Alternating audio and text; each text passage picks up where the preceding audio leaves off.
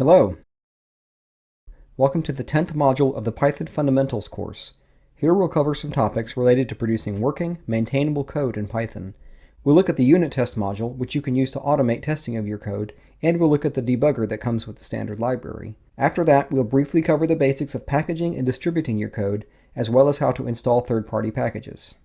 When we build programs of even minor complexity, there are countless ways for defects to creep into our code. This can happen when we initially write the code, but we're just as likely to introduce defects when we're making modifications to it. To help get a handle on defects and keep our code quality high, it's often very useful to have a set of tests that you can run which will tell you if your code is acting as you expect it to. To help with this, the Python standard library includes the unit test module. Despite its name, this module provides a flexible framework for automating tests of all sorts, from acceptance tests to integration tests to unit tests. Its key feature, like many testing frameworks in many languages, is that it makes automated and repeatable tests, meaning that you can cheaply and easily verify your code at any time.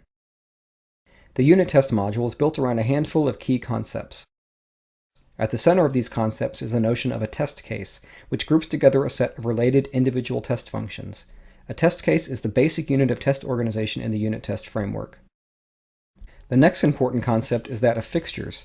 Fixtures are pieces of code which run before and/or after every test method. Fixtures are used to make sure that the test environment is in an expected state before a test is run, for example, to create a necessary database table or populate a cache. Fixtures are then used to clean up any resources that may have been used in a test method. The final key concept is that of assertions. Assertions are how you can tell the unit test framework to make specific checks which determine whether a test passes or fails. Among other things, assertions can make simple Boolean checks, perform object equality tests, or verify that the proper exceptions are thrown. If an assertion fails, then a test function fails, so assertions are really the lowest level of testing you can perform. With those concepts in mind, let's see how to actually use the unit test module. For this, we'll use test-driven development to write a simple text analysis function. This function will take in a file name, read the file, and calculate both the number of lines in the file and the number of characters in the file. Since this will be an iterative development process, we'll put the code in the file textanalyzer.py rather than work at the REPL. So to start, let's create our first test with enough supporting code to actually run it. First, we import the unit test module. Next, we create our test case by creating a class, TextAnalysisTests, which derives from unittest.testCase. This is how you create test cases with the unit test framework. To define individual test methods in a test case, you simply create methods that start with test underscore. These are automatically discovered by the unit test framework and don't require any sort of explicit registration. In this case, we define the simplest possible test. Does the analyzeText function run at all? This function doesn't make any explicit checks, but rather it relies on the fact that a test method will fail if it throws any exceptions. So in this case, if analyzeText isn't defined, then this test will fail. Finally, we define the idiomatic main block, which calls unittest.main when this module is executed. Unittest.main will search for all test case subclasses in a module and execute all of their test methods. Since we're using test-driven design here, we expect our tests to fail at first, and indeed, this fails spectacularly for the simple reason that we haven't defined the necessary function yet. Unittest.main produces a simple report telling us how many tests were run and how many failed. It also shows us how the tests failed, in this case showing us that we got a name error when we tried to run the non-existent function analyzeText. Let's fix that by adding the function. Remember that in test-driven development we only write enough code to satisfy our tests, so all we do now is create an empty function. Running the test again, we find that we now pass. The next thing we want to do is to be able to pass a file name to analyzeText so that it knows what to process. For this to make sense, we want the file name to represent an actual file. To make sure that a file exists, we're going to define some fixtures. The first fixture we can define is a method on the test case called setup. This function is run before each test method. In this case, we'll use setup to create a file for us and remember the file name as a member of the test case. The second fixture available to us is another test case method called teardown. Teardown is run after each test method, and in this case we're going to use it to delete the file we created in setup. And since we're using the OS module in teardown, we need to import it at the top of the file. Notice how teardown swallows any exceptions thrown by os.remove. We do this because Teardown can't actually be certain that the file exists, so it simply tries to remove the file, and it assumes that any failure is acceptable. With our two fixtures in place, we now have a file that is created before each test method and which is deleted after each test method. This means that each test method is starting in a stable, known state. This is critical to making reproducible tests. You may have noticed that the setup and teardown function names aren't in line with what PEP8 prescribes. This is because the unit test module predates those parts of PEP8 which specify the convention of function names being in lowercase with underscores. There are several such cases in the Python standard library, but most new Python code follows the PEP8 style. Now that we have a file name that we can pass to analyze text, let's pass it in by modifying our existing test. Since the self argument passed to the fixture is the same instance as that passed to the test methods, our test can access the file name attribute created in setup. Of course, this test fails because analyze text doesn't accept any arguments yet. That's simple enough to fix. And now we're passing again. Now that we're satisfied that the function exists and accepts the right number of arguments, let's see if we can make it do real work. The first thing we want is for the function to return the number of lines in the file, so let's define that test. Here we see our first example of an assertion. The test case class has many assertion methods, and in this case we used assert equal to check that the number of lines counted by our function is equal to 4. If the value returned by analyze text is not equal to 4, this assertion will cause the test method to fail. And that is precisely what happens. We can now see that we're running two tests, that one of them passes and that the new one fails with an assertion error. Let's break from the TDD rules and move a bit faster now. First, we'll update the function to return the number of lines in the file.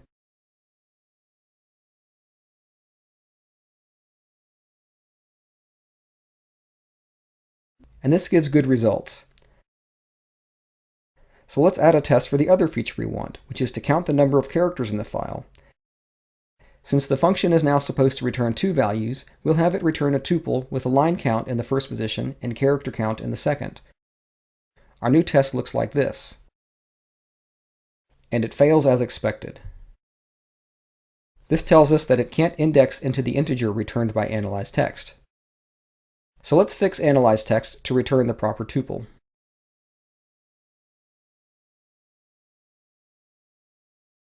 This fixes our new test, but we find we've broken an old one. But that's easy enough to fix because all we need to do is account for the new return type. And now everything is passing again. Another thing we want to test for is that analyze text throws the correct exception when it is passed a non-existent file name. Here we see the use of the assert raises assertion. This assertion checks that the specified exception type, in this case IO error, is thrown from the body of the with block. Since open raises IO error for non-existent files, our test already passes. Finally, we can see one more very useful type of assertion if we write a test to verify that analyze text doesn't delete the file, a reasonable requirement for the function. Assert true simply checks that the value passed into it evaluates to true. There is an equivalent assert false, which does the same thing, but for false values. As you might imagine, this test passes already as well. So now we've got a useful passing set of tests. This example is small, but it demonstrates many of the important parts of the unit test module. There are many more parts of unit test, but you can get quite far using just the techniques we've seen here. Even with a comprehensive automated test suite, we can still get into situations where we need a debugger to figure out what's going on. Fortunately, Python includes a powerful debugger with the standard library, PDB. PDB is a command line debugger, and if you're familiar with tools like GDB, then you'll already have a good idea of how to use PDB. PDB is different from many debugging tools in that it's not really a separate program, but a module just like any other Python module. You can import PDB into any program and start the debugger using the setTrace function call. This function simply starts the debugger at whatever point you are at in the program's execution.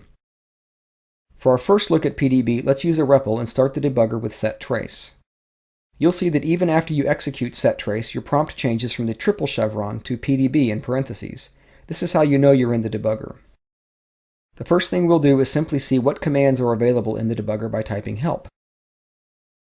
This lists a few dozen commands, some of which you'll use in almost every debugging session, and some of which you may never use at all. You can get specific help on a command by typing help followed by the command name. For example, to see what continue does, type help continue.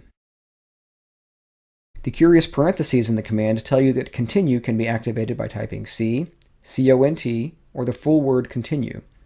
Knowing the shortcuts for common PDB commands can greatly increase your comfort and speed at debugging. Rather than simply list all of the commonly useful PDB commands, we're going to instead debug a simple function. Our function, isPalindrome, takes in an integer and determines if the digits of the integer are a palindrome or not. A palindrome, of course, is a sequence which is the same both forwards and backwards.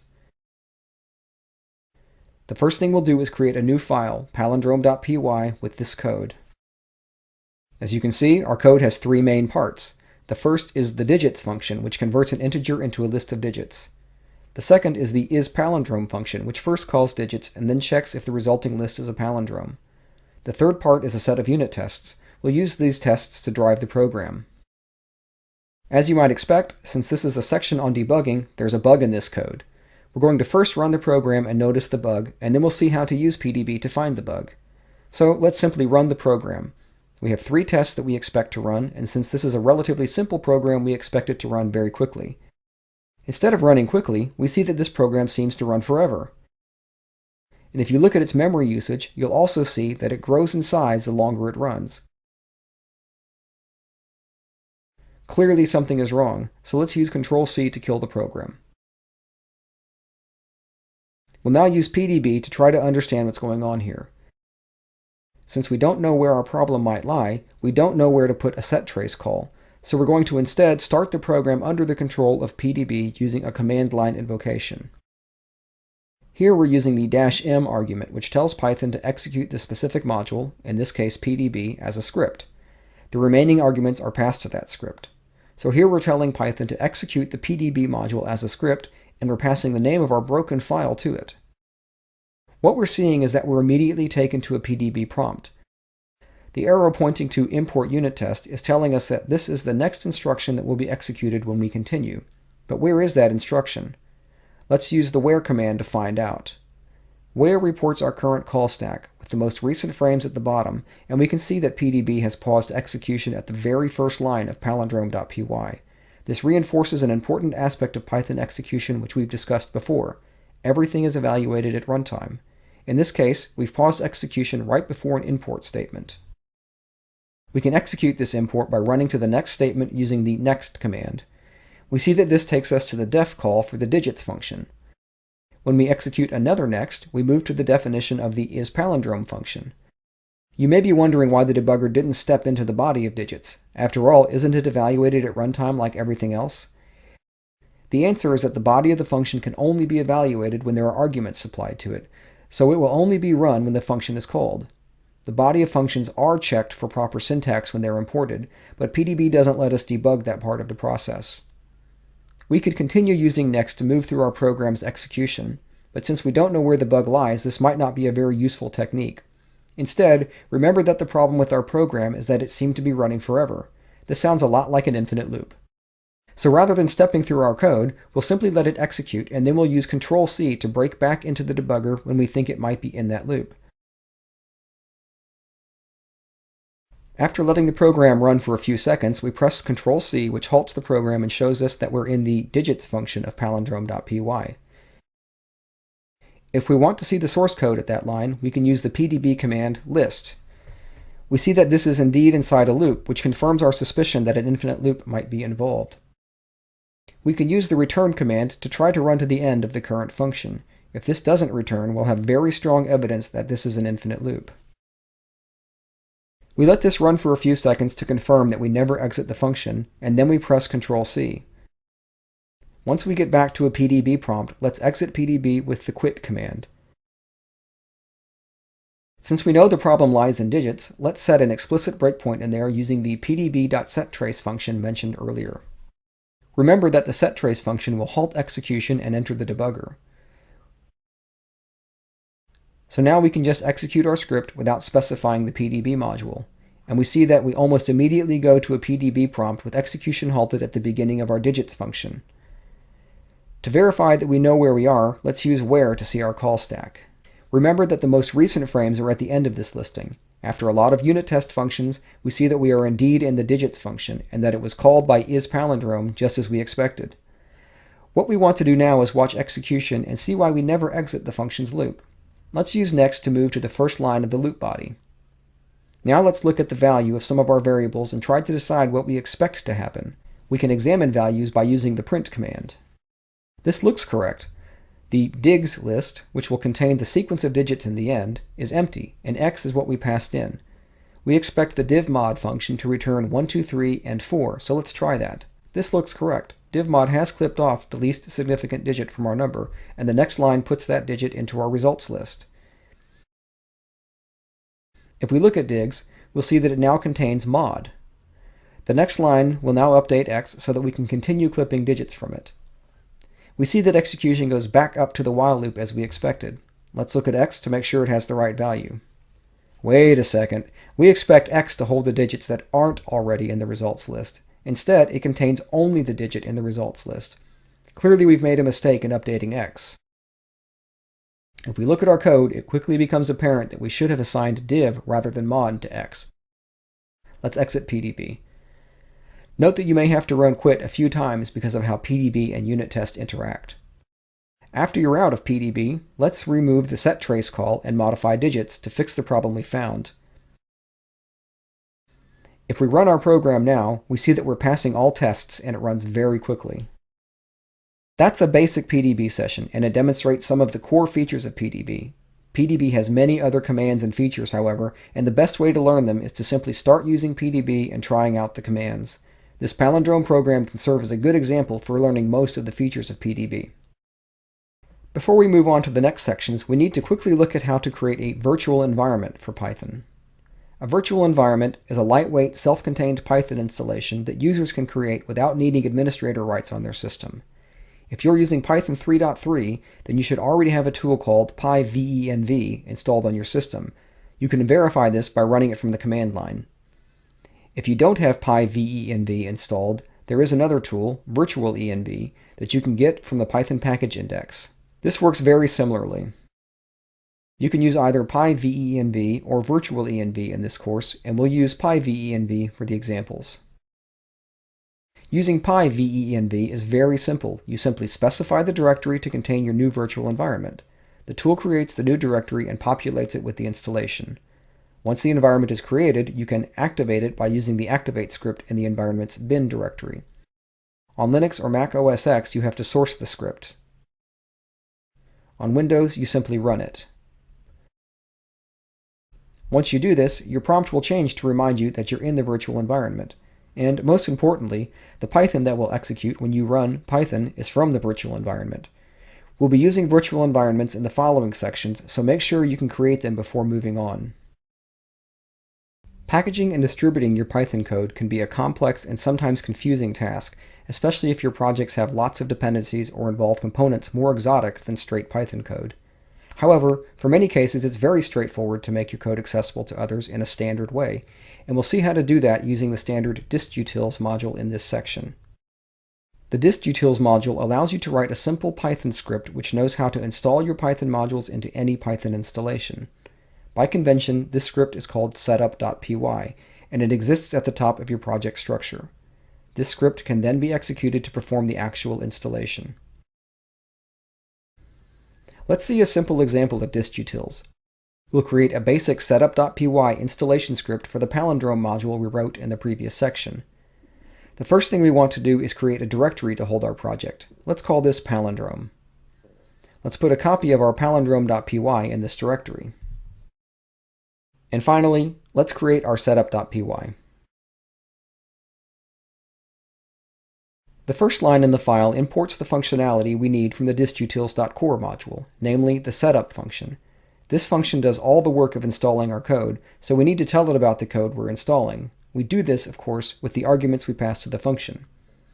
The first thing we tell setup is the name of this project. We've chosen palindrome in this case, but you can choose any name you like. In general, though, it's simplest to just keep the name the same as your project name. The next argument we pass to setup is the version. Again, this can be any string you want. Python doesn't rely on the version to follow any sort of rules. The next argument, pymodules, is probably the most interesting. We use this to specify the Python modules we want to install. Each entry in this list is the name of the module without the .py extension. Setup will look for a matching .py file and install it. So, in our example, we've asked Setup to install palindrome.py, which of course is a file in our project. The rest of the arguments we're using here are fairly self-explanatory, and are there mostly to help people to use your module correctly and to know who to contact if they have problems. Before we start using our setup.py, we first need to create a virtual environment into which we'll install our module. In your palindrome directory, create a virtual environment called venv. When this completes, activate the new environment. On Linux or Mac OS X, source the activate script, or on Windows, call the script directly. Now that we've got our setup.py, we can use it to do a number of interesting things. The first, and perhaps most obvious thing we can do, is install our module into our virtual environment. We do this by passing the install argument to setup.py. Setup prints out a few lines to tell you about its progress. The most important line for us is where it actually copies palindrome.py into the installation folder. The site packages directory of a Python installation is where third-party packages such as ours are normally installed, so it looks like the installation worked properly. Let's verify this by running Python and seeing that our module can be imported. Note that we want to change directories before we do this, otherwise, when we import palindrome, Python will simply load the source file in our current directory. Here we use the _file attribute on the module to see where it was imported from, and we see that we're importing it from our virtual environment's site packages, which is exactly what we wanted. Don't forget to switch back to your source directory after exiting the Python REPL. Another useful feature of Setup is that it can create various types of distribution formats. It will take all of the modules you specified and bundle them into packages that are easy to distribute to others. You can do this with the sdist command, which is shorthand for source distribution. If we look, we'll see that this command created a new directory, dist, which contains the newly generated distribution file.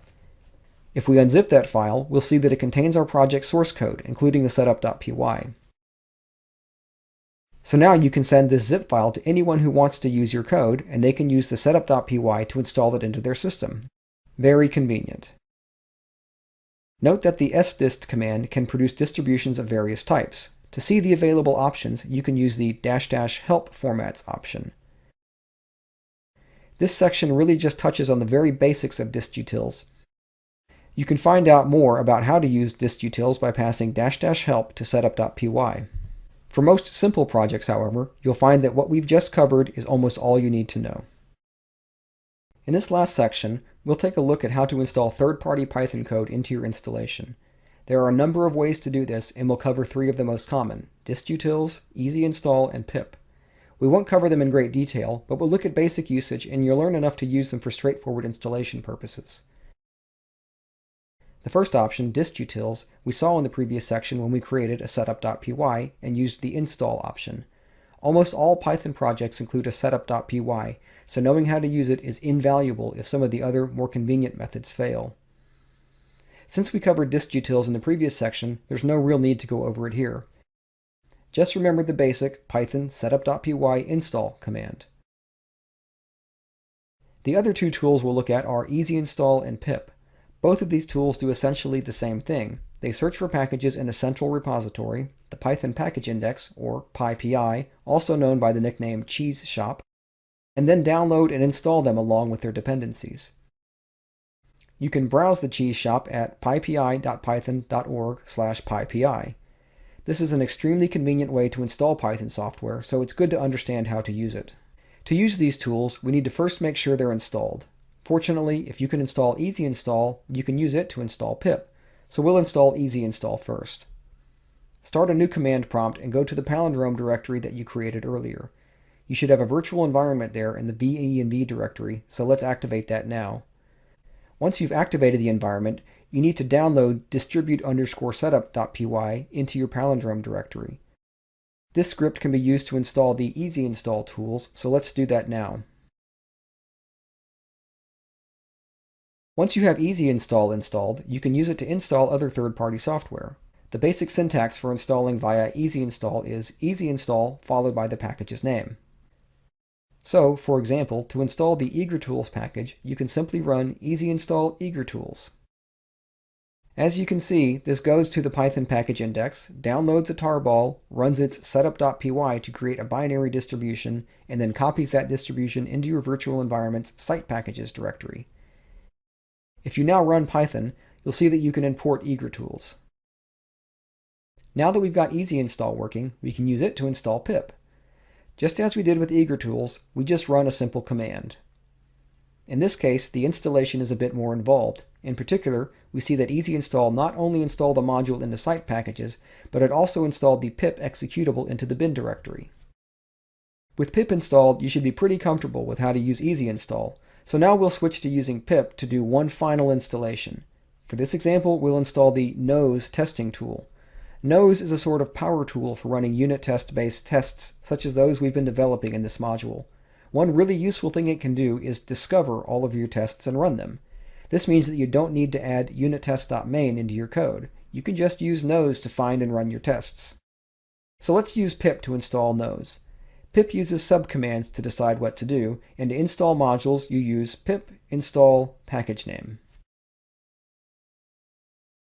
We see quite a bit happening here, much of it having to do with making sure that nose is ready to run on our Python installation. In the end, though, it installs the nose module as we can see. More interestingly, it installs the nose tests program in the bin directory. To really put the icing on the cake, let's use nose tests to run the tests in palindrome.py. In the face of ambiguity, refuse the temptation to guess. To guess is to know that you have left something out. What are you missing?